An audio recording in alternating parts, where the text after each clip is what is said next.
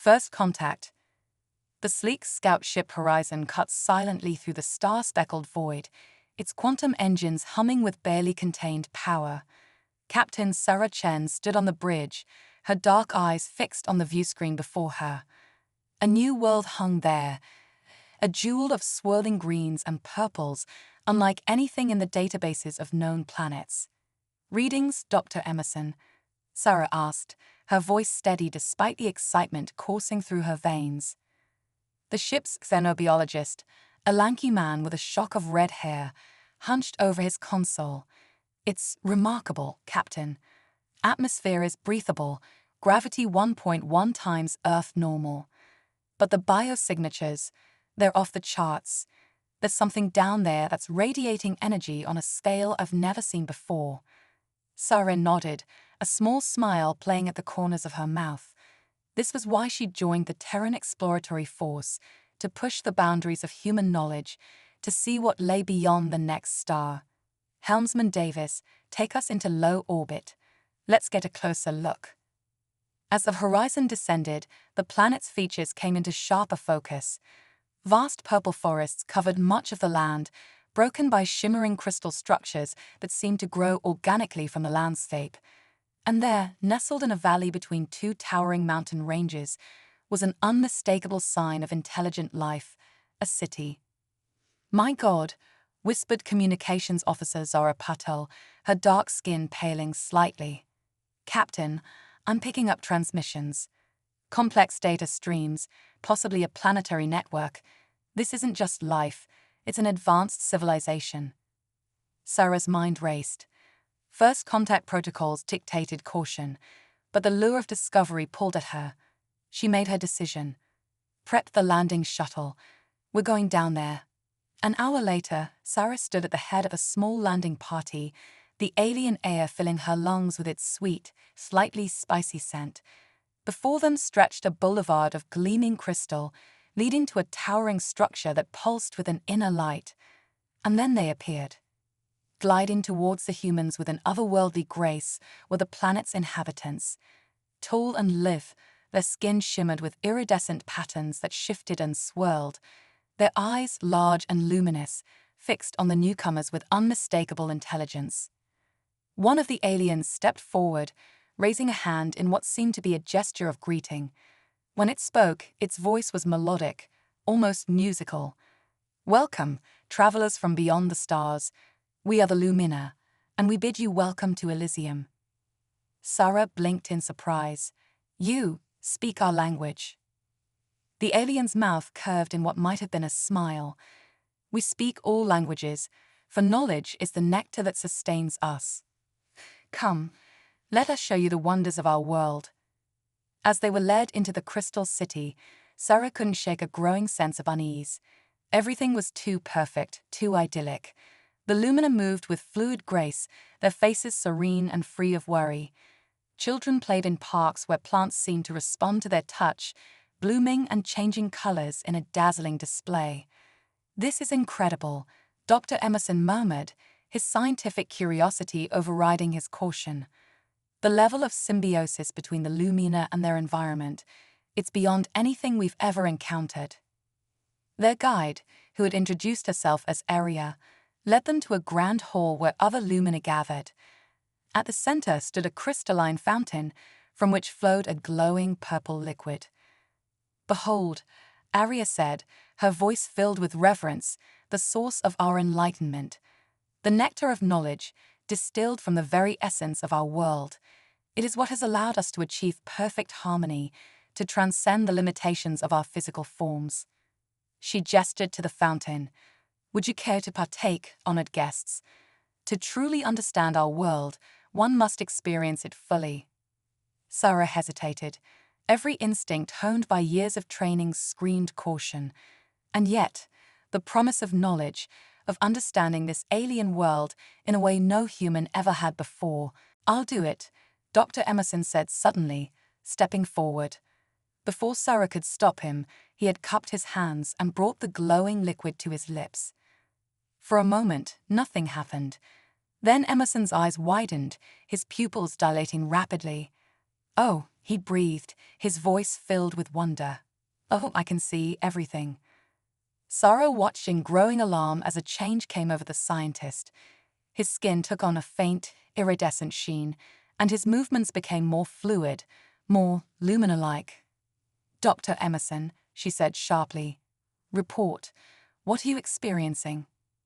Emerson turned to her, his eyes now glowing with an inner light. Captain, it's beautiful. I can feel the planet, the interconnectedness of all things. You have to try it. You have to understand. Sarah took a step back, her hand instinctively moving to the phaser at her hip. Something was very, very wrong here. Aria's serene expression never wavered. There is no need for weapons here, Captain Chen. We offer only enlightenment, the chance to transcend the limitations of your species. Join us. Become one with Elysium. As more lumina began to gather around them, their eyes glowing with that same inner light, Sarah made a snap decision. Landing party, fall back to the shuttle, now. They began to retreat, but Dr. Emerson stood his ground. No, he said, his voice distant and dreamy. I'm staying. This is where I belong now. Sarah gritted her teeth. Lieutenant Kumar, grab him. We're not leaving anyone behind. As Kumar moved to restrain Emerson, the scientist lashed out with surprising strength, his movements fluid and alien. No, you don't understand. We can all be perfect here. The Lumina were closing in now, their serene expressions at odds with the menace in their approach. Sarah tapped her communicator. Chen to horizon, emergency beam out, now. As the familiar tingle of the transporter beam enveloped them, Sarah locked eyes with Aria. The alien's facade of serenity had cracked, revealing something hungry and ancient beneath. You cannot run from enlightenment, Sarah Chen, Aria's voice echoed in her mind. Sooner or later, all come to drink from the fountain of truth. Then they were back on the horizon, the sterile environment of the ship a sharp contrast to the alien beauty they'd left behind. Dr. Emerson collapsed to the floor, convulsing, his skin still shimmering with that unnatural glow. Get him to medbay, now. Sarah barked, her mind racing. What had they stumbled into? What was the true nature of this Nectar, and how far would the Luna go to share their enlightenment?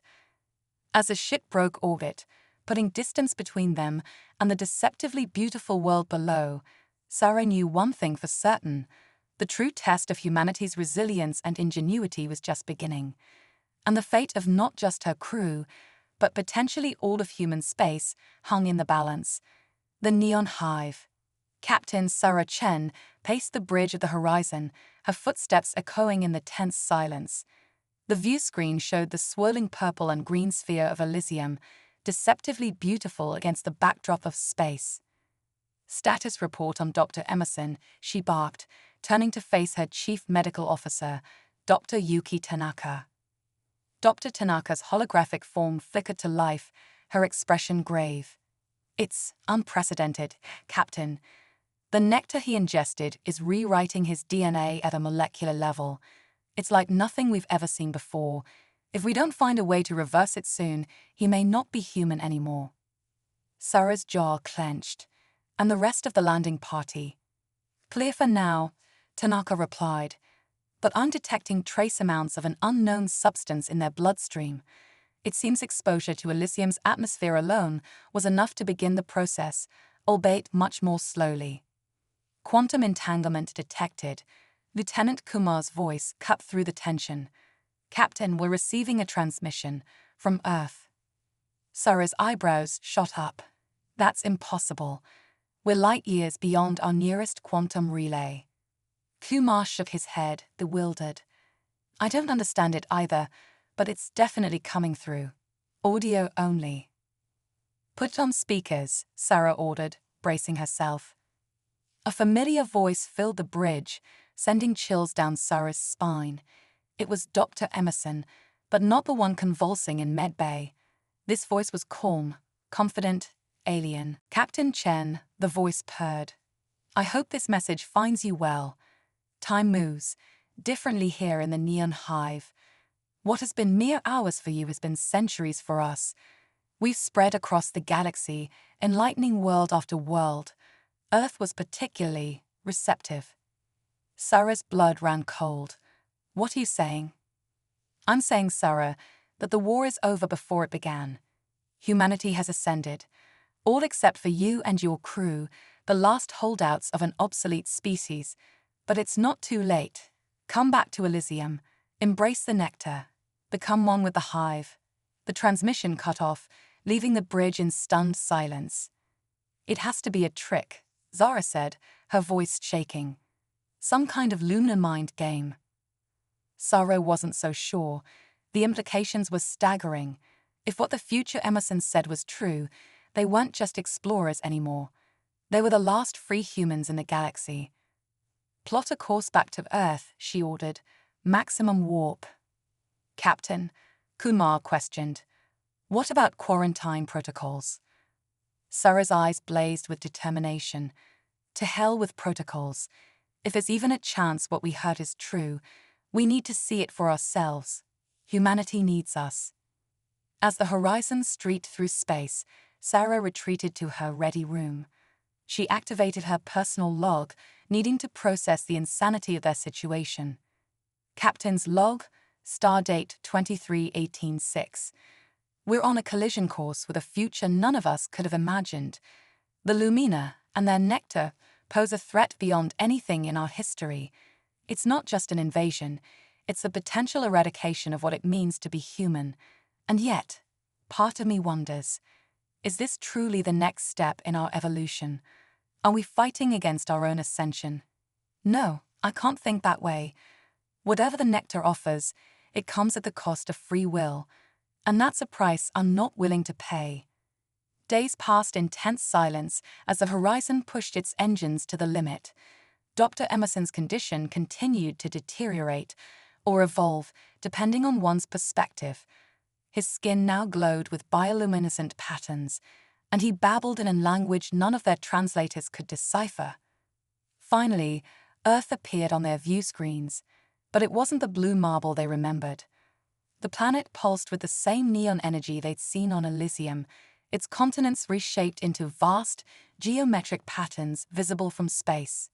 Life signs? Sarah asked, her voice barely a whisper. Zora's fingers flew over her console. Billions, Captain. But they're not human. Not anymore. The biosignatures match what we saw on Elysium, but far more advanced. Sarah stood, her decision made. Prep the stealth shuttle. We're going down there. Hours later, Sarah led a small team through the twisted streets of what had once been New York City. Crystalline spires reached towards the sky, pulsing with inner light. Transformed humans, no Lumina, glided through the air on gossamer wings, their bodies shimmering with impossible colors. It's beautiful, breathed Lieutenant Kira Chen, Sarah's younger sister and the ship's xenolinguist. Terrifying, but beautiful. Sarah was about to respond when a familiar figure descended from above. Dr. Emerson, or what he had become, landed before them, his eyes swirling pools of starlight. Welcome home, he said, spreading his arms. You're just in time for the final phase of humanity's ascension. The last free human minds in the galaxy. You'll be the capstone of our great work. Sarah raised her phaser, even knowing it was useless against the godlike being before her. We'll never submit, she growled. Emerson laughed, the sound like tinkling crystals. Oh, Sarah, still thinking in such limited terms, let me show you what true freedom looks like. With a gesture, the air around them shimmered. Suddenly, Sarah could see everything. The quantum fabric of reality itself, the interconnected web of all life in the universe. For a moment, she felt the overwhelming urge to let go, to merge with this cosmic consciousness. But then she heard a sound that cut through the cosmic symphony, Kira's scream. Sarah turned to see her sister convulsing, the first stages of transformation taking hold. In that moment, Sarah made her choice. With every ounce of her willpower, she rejected the siren song of ascension. I've seen enough, she snarled, firing her phaser at the nearest crystal spire. The structure shattered, and reality snapped back into focus. Emerson's serene mask slipped, revealing something ancient and alien beneath. "You would doom your entire species to extinction," he hissed. Sarah scooped up her sister, backing towards their shuttle. "No," she said, her voice steel. "I'm going to save it, whatever it takes." As they blasted off, Sarah watched the transformed Earth recede. She didn't know how, but she would find a way to reverse this, to restore humanity, even if it meant unraveling the very fabric of space-time itself. The true war for humanity's soul had only just begun. Quantum rebellion, the horizon hung in the shadows of Saturn's rings, a lone bastion of untainted humanity in a transformed solar system. On the bridge, Captain Sarah Chen stood before her assembled crew, her face etched with determination. "We've seen the unthinkable," she began, her voice steady despite the weight of their situation. "Earth, our home, corrupted by the Lumina's ascension, but we are not beaten. We are humanity's last hope, and by God, we will not go quietly into this neon night." A cheer went up from the crew, a defiant roar against the cosmic odds they faced. "Dr. Tanaka," Sarah continued, turning to her chief medical officer, "what's the status on the anti-Nectar research?" The holographic doctor flickered to life, her expression grim but determined. "We've made a breakthrough, Captain. The Nectar operates on a quantum level, entangling the consciousness of those it infects with the Lumina hive mind. But every entanglement has a weak point. We believe we can create a quantum disruptor that could sever the connection." "And restore those already transformed?" Sarah asked, hope flaring in her chest. Tanaka hesitated. "Possibly. But Captain, the amount of energy required, we need something on the scale of a supernova." The bridge fell silent as the implications sank in. Then Lieutenant Kumar spoke up, his eyes gleaming with an idea. "What about a quantum singularity? The Horizon's engines operate on contained singularities. If we could amplify that, we'd have the power we need," Sarah finished, a smile spreading across her face. "But we'd be sacrificing the ship." "With respect, Captain," Zara chimed in, "I think Earth is worth more than one ship." Sarah nodded, her decision made. "Agreed. Kumar, Tanaka, work on modifying the quantum disruptor. Zara, I need you to find a way to broadcast the disruptor's effect across the entire planet. We get one shot at this." As the crew dispersed to their tasks, Sarah retreated to her ready room.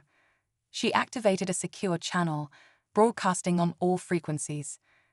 "This is Captain Sarah Chen of the TEF Horizon.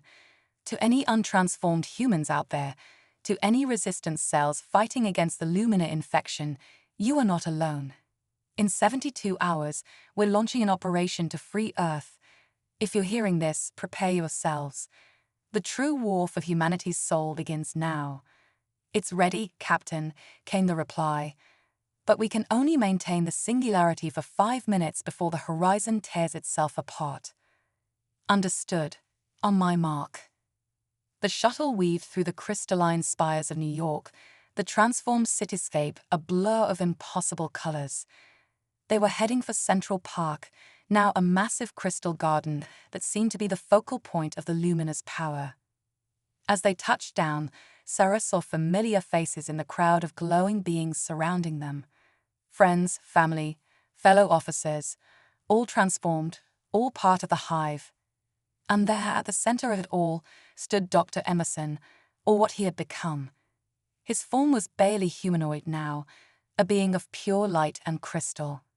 "Sarah," he said, his voice echoing with the power of a million minds, "why do you resist? Can't you see the beauty of what we've become? The suffering we've left behind?" For a moment, Sarah felt the pull of the hive mind, the promise of unity and transcendence. But then she looked at Kira, saw the fear and determination in her sister's eyes, and her resolve hardened. "Humanity isn't meant to be a hive," she declared. "Our strength lies in our individuality, our ability to overcome challenges on our own terms. And we're about to prove it." She raised her hand, pressing the detonator. High above, the horizon's quantum singularity erupted. Over the next 3 days, the horizon became a hive of frenzied activity. Engineers worked around the clock, modifying the ship's systems for their one desperate gambit. In Medbay, Dr. Tanaka and her team refined the quantum disruptor, testing it on samples taken from the still mutating Dr. Emerson. As the deadline approached, Sarah stood in the shuttle bay, preparing to lead the ground team. Her sister Kira, still fighting off the early stages of transformation, insisted on joining. "I need to be there," Kira said, her eyes glowing faintly with the Lumina infection. "I can sense them. I might be our best chance at infiltrating their strongholds." Sarah wanted to argue, but she knew her sister was right. "All right," she conceded, "but you stay close to me." The shuttle launched, streaking towards the neon-pulsing orb that was once their home. As they entered the atmosphere, a swarm of winged lumina rose to meet them. "They know we're here," Kira gasped, clutching her head. "The hive mind, it's overwhelming." Sarah gritted her teeth, pushing the shuttle into a series of evasive maneuvers. "Kumar," she barked into her comm, "we need that disruptor now." The sky exploded with light, a cascade of quantum energy washing over the planet. The Lumina screamed, not in pain, but in shock as the hive mind shattered. All around them, transformed humans began to change. The crystal growths receded, wings dissolved, and eyes returned to their natural colors.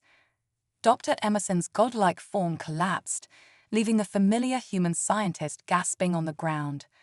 "No," he moaned, reaching out with trembling hands. "The beauty, the unity, what have you done?" Sarah knelt beside him, her voice gentle but firm. "We've given humanity back its freedom, the choice to find our own path to enlightenment on our own terms." As the quantum wave faded, Sarah looked up at the sky where the horizon had been. Kumar, Tanaka, and so many others, gone in a final noble sacrifice.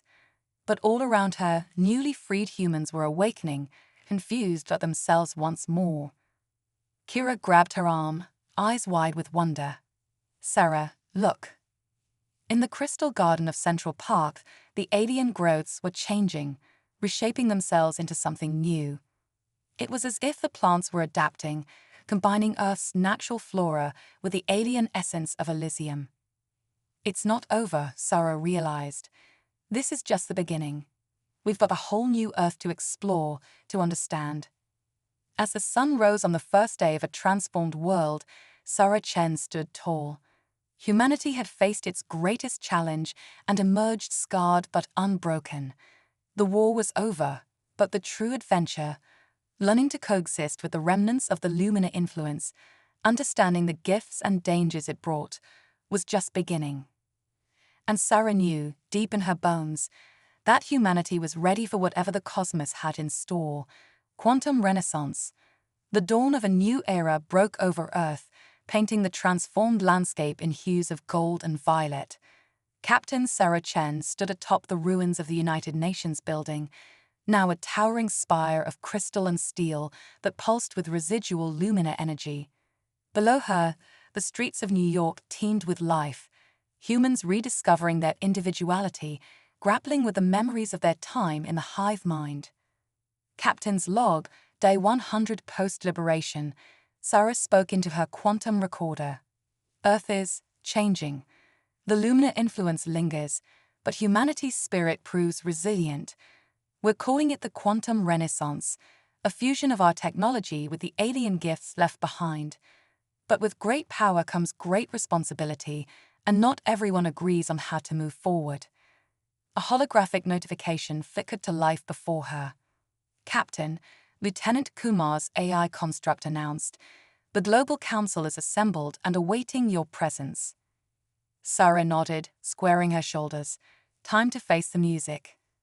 She stepped onto a gravity pad, her body dissolving into streams of data as she teleported across the globe to the new council chambers in Geneva.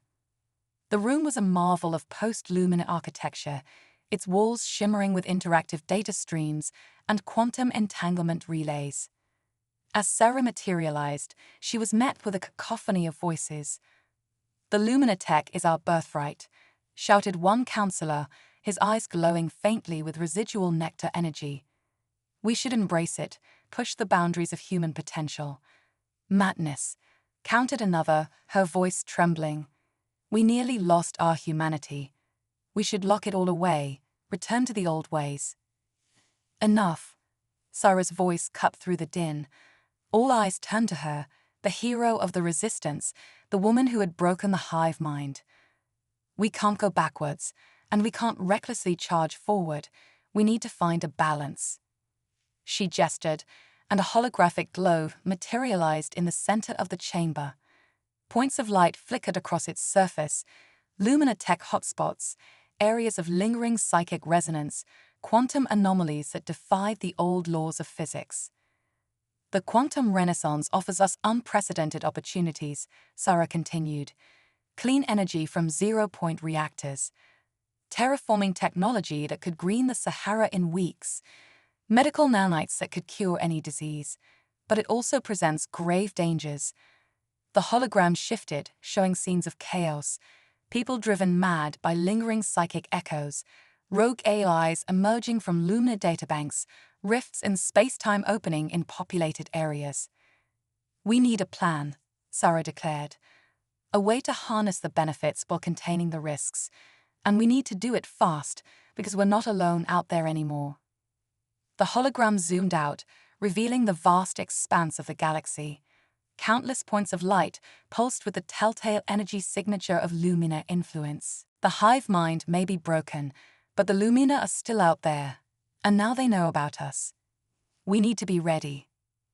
The council chambers erupted in debate once more, but this time with a sense of purpose. Ideas flew back and forth, proposals for a global defense grid, for diplomatic missions to other transformed worlds, for ethical guidelines on post-Lumina tech integration. As the session wound down, Sarah felt a familiar presence at her side. Kira, her sister, now fully recovered from the Lumina transformation, but changed in subtle ways. "They're going to look to you to lead this, you know," Kira said softly. "The woman who saved humanity." Sarah shook her head. "I just gave humanity the chance to save itself. This next part, it's up to all of us." As they left the council chambers, a commotion near the quantum relays caught their attention. Dr. Emerson, the man who had once been the voice of the hive mind, stood before a shimmering portal, his eyes wide with a mixture of fear and wonder. "It's opening," he shouted. "The quantum bridge, it's stabilizing." Sarah rushed forward, her hand instinctively reaching for a weapon that was no longer there. "Emerson, what have you done?" The scientist turned to her, his face alight with manic energy. "Don't you see, Sarah? The hive mind showed us the way. We can reach out across the cosmos, make contact with other transformed worlds. We can build a new kind of connection, not a hive, but a network of free worlds." Before Sarah could respond, a figure stepped through the portal. Humanoid, but clearly alien, its skin shimmered with bioluminescent patterns, and its eyes held the wisdom of eons. "Greetings, people of Earth," the being said, its voice resonating on multiple frequencies. "I am Zolan, emissary of the Free Worlds Collective. We felt the shattering of the hive mind, sensed your victory over forced unity. We come seeking allies in the greatest struggle against the Lumina Empire." Sarah's mind raced. This changed everything. Earth was no longer alone in its fight, no longer fumbling in the dark with alien tech and looming threats. But it also meant that the galaxy out there was far more complex, far more dangerous than they had imagined. She stepped forward, drawing herself up to her full height. "I'm Captain Sarah Chen. On behalf of Earth, I welcome you, Zolan. We have a lot to discuss." As humans and aliens began to cautiously intermingle, Sarah felt the weight of the future pressing down on her. The quantum renaissance was entering a new phase, one that would take humanity to the stars not as conquerors or victims, but as partners in a grand cosmic alliance. The challenges ahead were immense, but for the first time since the Lumin invasion, Sarah felt a spark of true hope. Humanity had faced extinction and emerged stronger. Whatever the universe had in store, they would face it together, as individuals united by choice, not by force. The next chapter of human history was about to be written among the stars. Cosmic Crucible. The quantum bridge hummed with ethereal energy, casting prismatic shadows across the face of Captain Sarah Chen. She stood at the helm of the Nexus, Earth's first post-luminous starship, poised to make history once again. Final systems check, Sarah commanded, her voice steady despite the butterflies in her stomach. Quantum drive stable, reported Kumar's AI, its holographic form flickering beside her.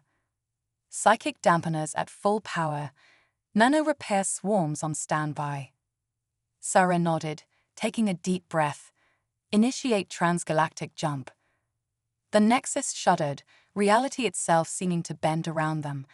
In a burst of light that outshone suns, they vanished from Earth's orbit. Moments later, or perhaps an eternity, they rematerialized in a sea of unfamiliar stars.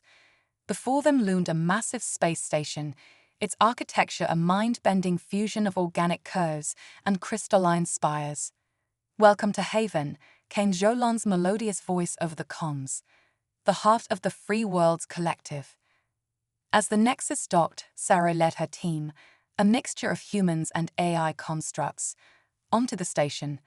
The diversity of life forms that greeted them was staggering. Beings of pure energy floated alongside reptilian humanoids. Crystalline entities communicated in pulses of light, while amorphous creatures shifted forms with fluid grace. "It's incredible," breathed Dr. Emerson, his eyes wide with childlike wonder. The once leader of Earth's hive mind had fought hard for a place on this mission, desperate to atone for his past. Jolan approached, flanked by a council of alien representatives. "Captain Chen, esteemed humans, we welcome you to the greater galactic community. Your victory of the Lumina hive mind has sent shockwaves across the cosmos. Many worlds look to Earth as a beacon of hope." Sarah felt the weight of expectation pressing down on her. "We're honored to be here," she said carefully. "Earth is still recovering, still learning to harness the gifts and dangers left behind by the Lumina. We come seeking allies and to offer what help we can in the fight against forced unity." A wriggle of approval went through the assembled aliens, but before Jolan could respond, alarms blared throughout the station. A holographic display flickered to life, showing a massive fleet of ships emerging from quantum space. "Lunar warships," shouted a multi-limbed alien at a nearby console. "They found us." Chaos erupted as the station's inhabitants rushed to battle stations. Sarah turned to Jolan, her expression grim. "We'll stand with you. The Nexus may be untested in combat, but we've got a few tricks up our sleeves." What followed was a battle unlike anything in human history. The Nexus danced through space, its quantum drive allowing it to phase in and out of reality. Beams of concentrated psychic energy lanced out from the ship, disrupting the hive mind coordination of the Lumina fleet. But the Lumina were vast, their ships bristling with weaponry that defied conventional physics. Reality itself warped around them as they pressed their attack on Haven. In the thick of the fight, Sarah had an epiphany. "Dr. Emerson," she shouted over the din of battle. "You once channeled the entire hive mind. Can you do it again, but this time with our allies?" Emerson's eyes widened in understanding. "A counter-hive," he breathed. "Not forced unity, but freely given cooperation. It's brilliant, but the strain could kill me." Sarah gripped his shoulder. "It's your choice, but it might be our only chance." Emerson nodded, determination etched on his face. He sat cross-legged on the deck, and Sarah felt the air grow thick with psychic energy. Through the viewscreen, she saw other ships in the Allied fleet go still as their crews joined the link. A new consciousness bloomed, not the suffocating unity of the Lumina hive, but a harmonious chorus of individual minds. Sarah felt herself drawn in, her thoughts merging with those of humans, AEs, and countless alien species. Through this gestalt, she saw the battle with new clarity. Strategies flowed between minds faster than any communication system. Ships moved in perfect coordination, covering each other's weaknesses. The Lumina faltered, their hive mind disrupted by the sheer psychic weight of freely given unity. In desperation, they launched a final devastating attack, a weapon that began to unravel the fabric of space-time itself.